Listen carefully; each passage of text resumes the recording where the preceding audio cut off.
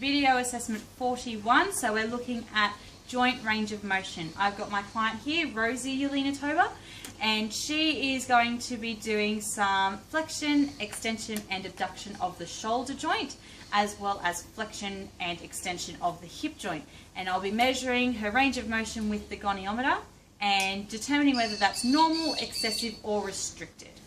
So Rosie, have you ever done a joint range of motion assessment before? No? So what we're looking at is just the range of motion that you have about the joint and whether that's appropriate for your age, whether it's excessive or whether it's restricted. Now we want to make sure that we have a good flexibility with those joints because that will allow us to do normal daily activities as well as have our enhanced performance as well. So what I'm going to get you to do first, I'm going to get you to do some shoulder flexion. So I'll be having you lie down on your back and I'll just show you what we'll be doing. Lying down on your back, hands by your side, and I will be placing the goniometer just on the greater tubercle of the humerus, and you'll be coming up, flexing the shoulder as far as you can and up to your ears. Okay? So I'll get you to lie down, head at this end, feet at the other end. You may have your feet, that's it, knees bent, well done. Alrighty, and we'll be doing the left arm first. So I have the stationary arm coming up along her body, so it's parallel to her body. The movement arm will be coming up and following her movement here, and we'll be reading the degrees. So if you can start flexing those arms or flexing the shoulders, so coming up as high as you can. Good. So we're placing that pivoting point or our axis there, and 180 degrees, which is normal. And if you could stay there for me, I'll do this side as well. So we're looking at the right as well, again on the greater tubercle of the humerus, and 180 degrees. So that's normal for flexion of the shoulder. Okay, so if you'd like to sit back up for me, Rosie.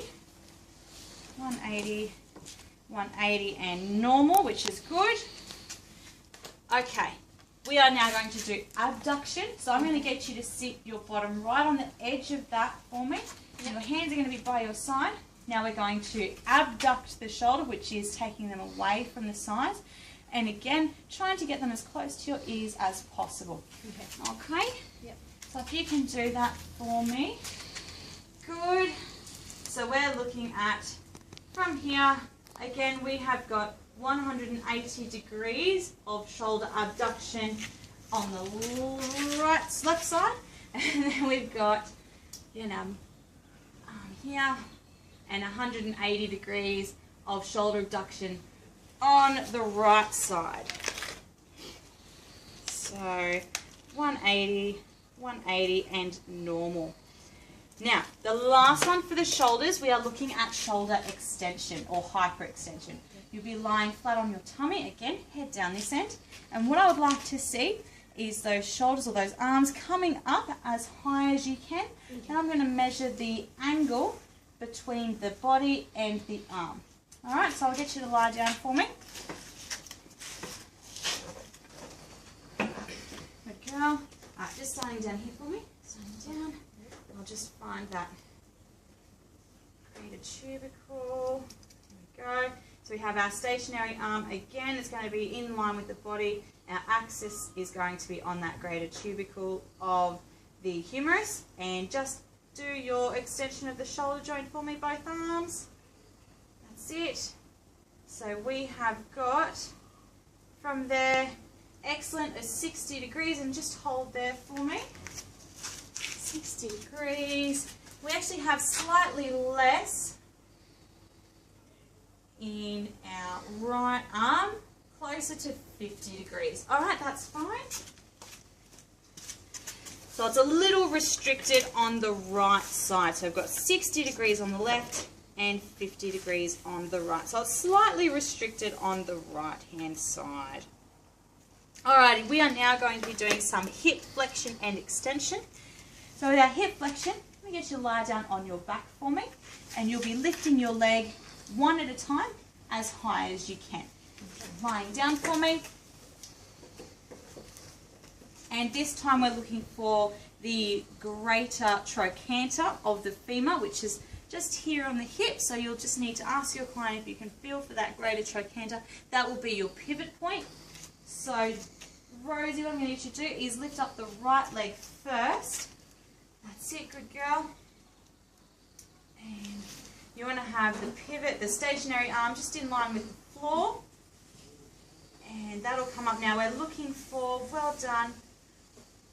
For your age group, we're looking at about 120 degrees. Now that is slightly restricted there. We've probably got just over 90. Just bringing that leg down for me. We'll do the left as well. And we have a bit more in this leg here. So in our left leg we have closer to 110. Oh, hang on. Bring that up. There we go. 100 degrees there. Alright, that can come down. So we have 95 in the right and 100 in the left. So that's a little restricted. For your age group, we're looking at around about 120 degrees. So they're a little restricted in the flexibility. So you're looking at probably some tight hamstrings. So we need to stretch out those hamstrings in order to see some extra flexibility there for the flexion of the hip. Now our final one today is extension of the hip. So lying on your tummy, and what you're going to do is extend the leg backwards for me. Okay, one leg at a time. We'll do our left leg first. So again, looking for that greater trochanter here. Good. Well done. So parallel with the bench or table that you're on, and keeping that hip down. Well done. We've got 60 degrees in that leg, and in the right leg, coming up. And 60 degrees there as well. Well done. So you can come up and sit on that bench now. So they are classed as normal. So that's a really good result there. Mostly normal. We're looking at needing to stretch out the hamstrings in order to get some extra flexibility there, and we're just slightly restricted with that hyperextension of the shoulder joint there, particularly in the right shoulder.